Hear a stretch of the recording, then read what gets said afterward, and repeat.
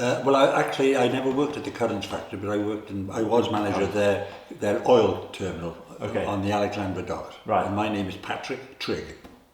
What was your earliest memory of the Curran's Oil Corporation and also the factory, the whole area? Right. Now, my first recollection as a child growing up that Curran Oils were famous for their contribution to the war effort. And the factory of Curran Oils were linked to small arms, very similar to a BSA factory.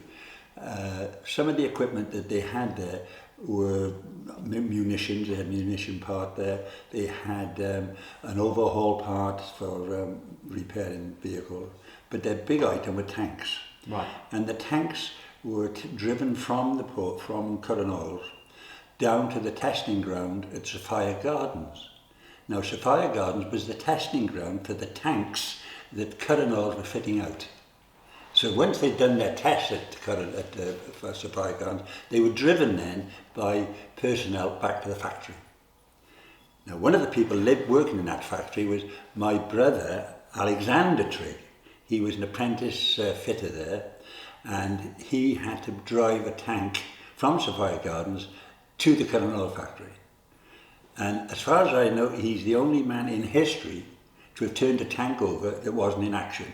Because driving along the embankment, the tank tipped onto its side and all hell was let loose, and Alec lost his job.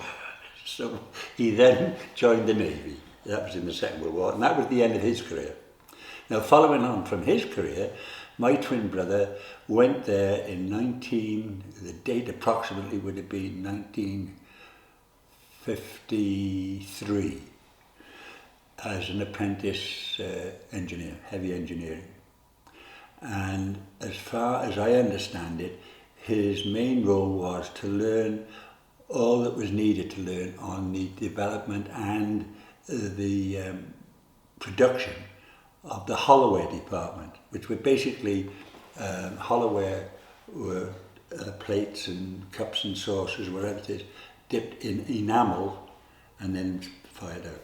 But the people who worked in there were the old people from Curran's who didn't have pensions. They were over their age, so they employed them in the factory. So we used to call it the gnome factory. When you went in there was all these old timers canning oil, and we used to say, go over the gnome factory, see how they're getting on. And they would be there canning this oil, working quite happily in a little team together.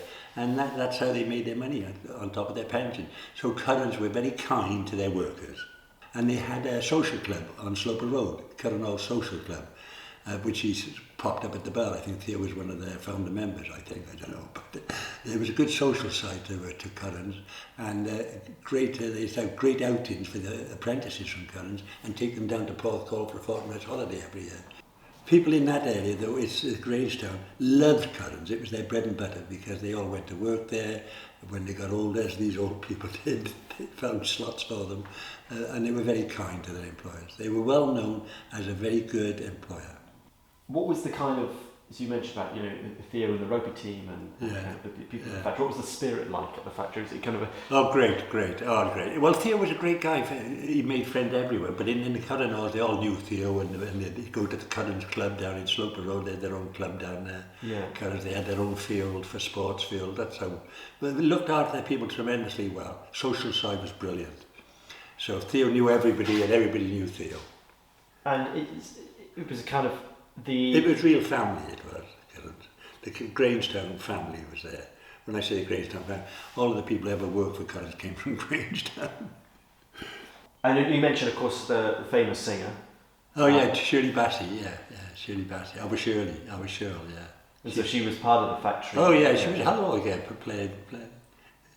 If you could, in a word or a sentence, what would you say the Curran's factory, as it was, what did that mean to the people, the community? It meant life. It was life there. Life now is life is dead. That was life. That meant because social side there, everything they wanted to put bread and butter on the table was there. To sum it up, nobody starved in Grangestown. They were all fed by Curran Oil, one way or another. Great times. Happy days.